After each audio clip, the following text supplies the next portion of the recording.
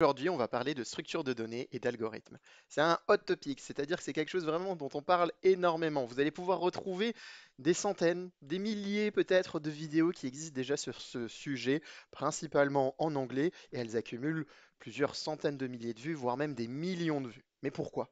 En fait, déjà, premièrement, parce que c'est un sujet qui est traité dans un cursus un peu classique d'informatique, d'apprentissage, de la programmation, que vous soyez à l'université, à l'école ou que vous suiviez une formation de manière générale. On peut même le retrouver dans ce cours qui est très connu, qui s'appelle CS50, qui est un cours d'introduction, un peu un show à l'américaine d'Harvard, qui vous introduit un petit peu au monde de la programmation et au code, entre autres, dans différents langages.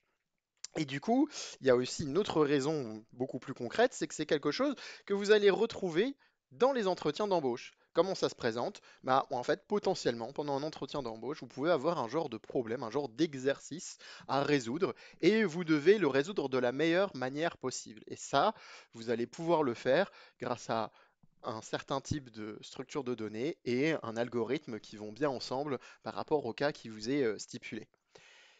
Du coup, il y a des sites comme LeetCode, entre autres, qui se sont spécialisés un petit peu dans ce domaine, qui en ont fait leur business, de regrouper justement toutes ces questions qui ont pu être posées dans des entretiens d'embauche et proposer à des personnes de pouvoir s'entraîner avant d'aller en entretien d'embauche avec ces exercices plus ou moins difficiles.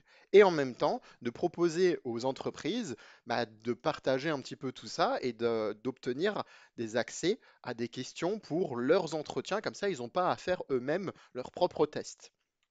Du coup, ça a créé, on va dire, tout un écosystème autour de ça. Il y a maintenant plein de youtubeurs qui se sont spécialisés, on va dire, dans la résolution d'exercices avec des explications. On va avoir aussi plein de gens qui vont faire des formations, des cours en ligne avec toujours cette optique de parler de structure de données et carrément même de résolution d'exercices de lead code. Vous allez même avoir des livres et plein d'autres formats comme ça qui se sont créés autour de ce domaine. Mais bon, tout de suite, on va faire un peu fin au débat. Est-ce que c'est un bon moyen de mesurer les compétences d'une personne pendant un entretien d'embauche? La réponse est non. Est-ce que c'est quelque chose que vous allez faire souvent dans votre travail? Est-ce que c'est quelque chose que vous allez utiliser de manière régulière? Là encore, malheureusement, non. Mais du coup, est-ce que c'est important? C'est un petit peu comme les gammes de musique, c'est quelque chose à connaître, c'est les bases. On pourrait prendre cette citation dont plus personne ne sait vraiment l'origine, qui dit en gros, il vaut mieux être un guerrier dans un jardin qu'être un jardinier pendant la guerre. Bon, vous en tirez les conclusions que vous voulez de cette citation, mais du coup, de quoi est-ce qu'on parle? Donc, les structures de données, en fait, c'est simplement une manière de conserver et d'organiser votre base de données, ou vos données qui vont être utilisées dans votre ordinateur ou alors dans votre programme, de manière générale. Et il existe plusieurs formats, on va dire, de structures de données. Et ces formats, ça va avoir quand même pas mal de conséquences. Ça va avoir des conséquences sur les opérations qu'on va pouvoir faire, réaliser. Ça va avoir des conséquences sur les performances et des conséquences sur le fait que ça nous aide ou pas à résoudre le problème qui était posé initialement par le cas qui nous est présenté, que ce soit en entretien avec un exercice ou tout simplement dans la vraie vie parce que vous voulez mettre en place un logiciel qui a une certaine fonctionnalité. Et du coup, justement, un algorithme, qu'est-ce que c'est en soi? C'est simplement des opérations à suivre pour résoudre un problème. Donc si on mélange les deux, si on prend les structures de données et qu'on ajoute les algorithmes, qu'est-ce qu'on obtient? On obtient des étapes à suivre pour résoudre un problème dans un espace qui nous est donné. Et on en a déjà parlé. C'est quelque chose qu'on a déjà vu. En fait, on en a parlé avec les listes chaînées, avec la stack, linked list, entre autres, et on en a parlé aussi avec les tableaux. Mais ces vidéos, même si elles sont très bien et je vous encourage à aller les voir, puisque forcément je les ai fait, je ne vais pas me tirer une balle dans le pied, mais il y a quand même quelques problèmes. Déjà, c'est des longues vidéos. C'est des vidéos, je ne sais pas si vous avez pu le voir, mais qui durent parfois même plus d'une heure. Donc c'est un petit peu problématique. Deuxièmement, c'est des vidéos qui sont faites en C. J'insiste, c'est des vidéos qui sont faites en C. Et le problème, c'est que vous n'êtes pas intéressé potentiellement par le C, vous vous en moquez. Peut-être que vous êtes intéressé par le Python, par le JavaScript, par le Java, par Rust, Go ou je ne sais quel autre langage.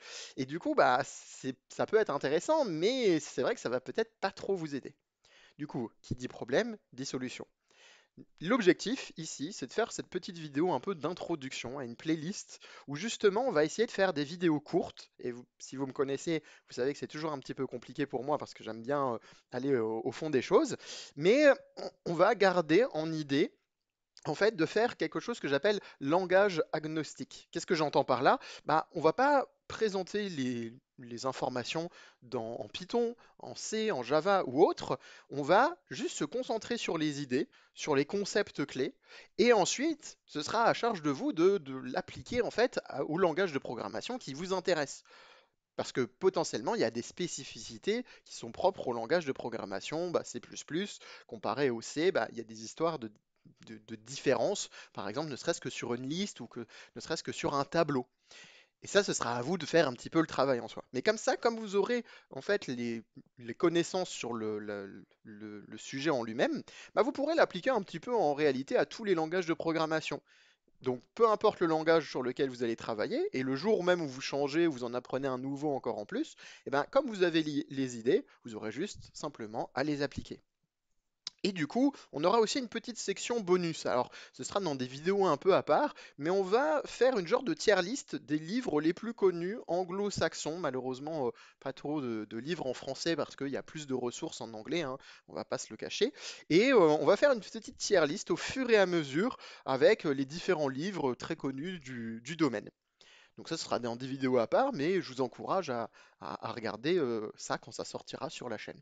Donc vous l'avez compris, c'est la première vidéo d'une longue série un petit peu sur les algorithmes et sur les structures de données. J'espère que ça vous a donné un petit peu envie de voir la suite. N'hésitez pas à mettre un like, à suivre la chaîne, à mettre les notifications. Comme ça, vous saurez quand il y aura une vidéo qui sort sur cette thématique-là, qui arrive directement, vous aurez la notif. Et je vous remercie d'avoir suivi cette petite vidéo d'introduction. Je vous dis à bientôt. Au revoir.